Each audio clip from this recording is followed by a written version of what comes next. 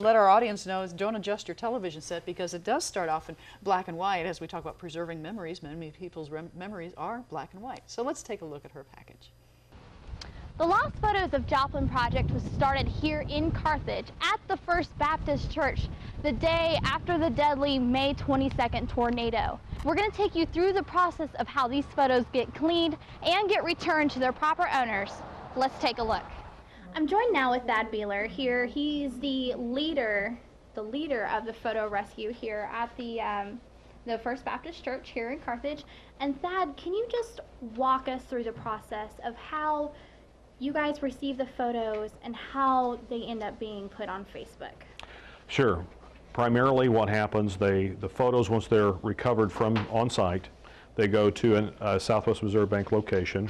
They are then filtered through their courier system to the main facility here in Carthage.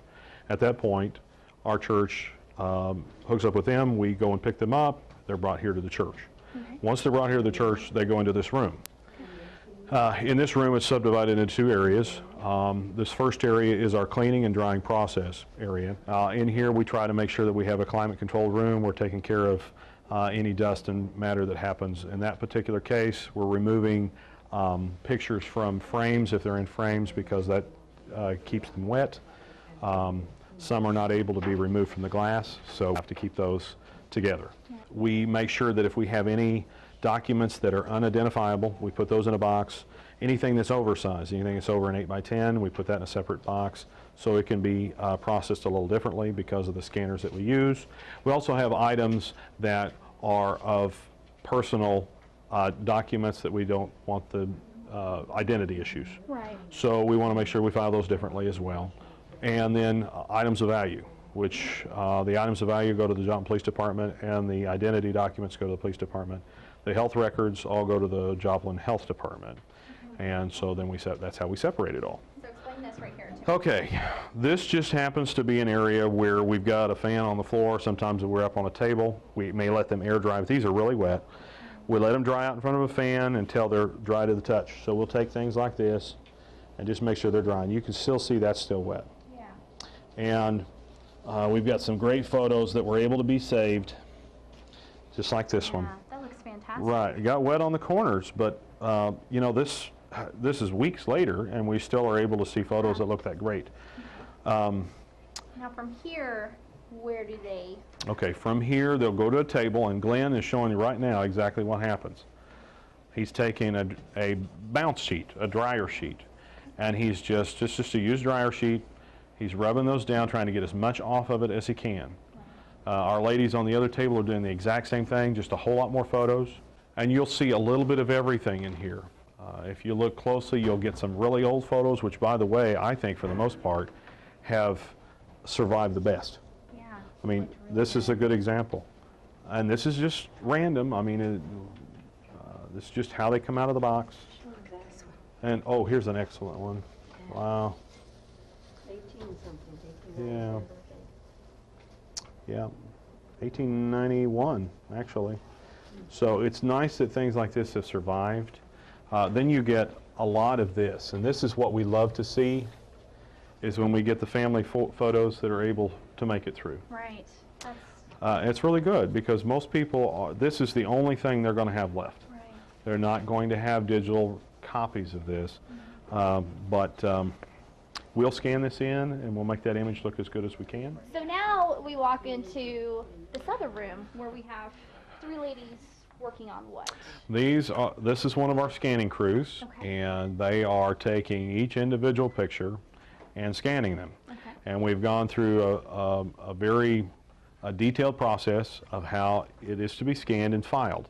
So we start with the individual picture here. We go through an exception report, which allows us to document the number, allows us to write any information that might be on the photograph, on the back or on the front, or anything we might know about that photograph that you can't tell from the image. And then once that's documented, then it goes to our filing person, which is at the end of the table. She's going to take an envelope, place it in the envelope, place the stickers from the numbers on that, and one of those numbers shows up on the image when it's scanned. Okay. Okay. And then once they're in a box like this, all packaged and all in envelopes. Right. What happens to these boxes? Okay, the boxes, and here's a good example.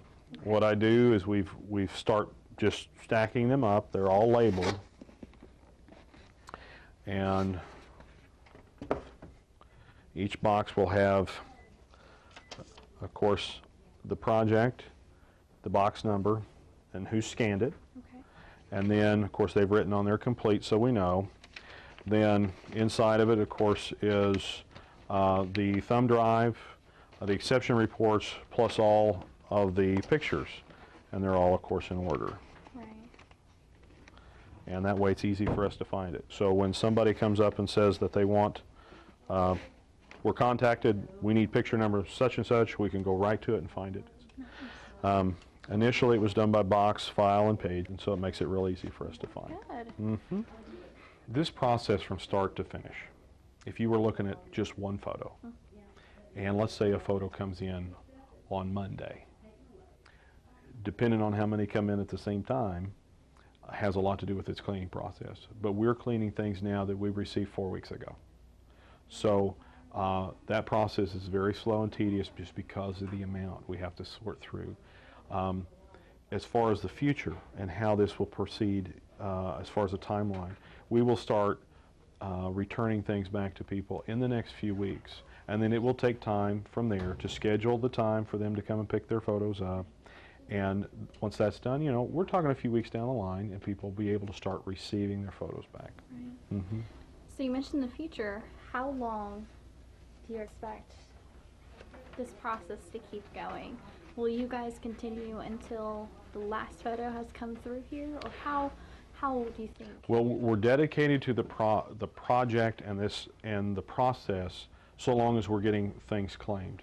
And there's going to be some time in the future, you know, a year or two down the road, probably a couple of years, when we have things that people are gone, they haven't heard about it. There may be some photos that are not claimed. We're hoping that that's not the case. Right. But when that time comes, if it does, we've already started a process in communication with the Tri-State Mineral and Historical Museum in Joplin so that we can decide as a community what we should do with these historical documents. Seeing all those photos that families have lost has made me appreciate my photos even more. The process that the photos go through from the drying to the cleaning is just like restoring black and white to color, giving a picture back its luster. Judy, back to you in the studio. Well, thank you very much.